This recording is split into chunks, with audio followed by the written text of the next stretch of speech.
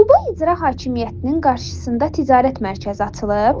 Bu gün səhər saatlarında Quba rayon İcra Hakimiyyətinin binasının qarşısında maraqlı bir mənzərə yaşanıb. Şəhər sakinlərinin göndərdiyi görüntülərə əsasən bir şirkətə məxsus yük maşını rahat şəkildə binanın qarşısında dayanaraq alver edir. Ən maraqlı hissə odur ki, bu mənzərəni İcra Hakimiyyətinin içindən hamı aydın şəkildə görür. Amma nədənsə heç kim bu səyyar ticarət obyektinin elə icra binasının düz qarşısında fəaliyyət göstərməsinə mane olmur. Görəsən bu artıq yeni bir iqtisadi islahatdır, yoxsa bəzi gözlər bəzi yerlərdə nədənsə görmür?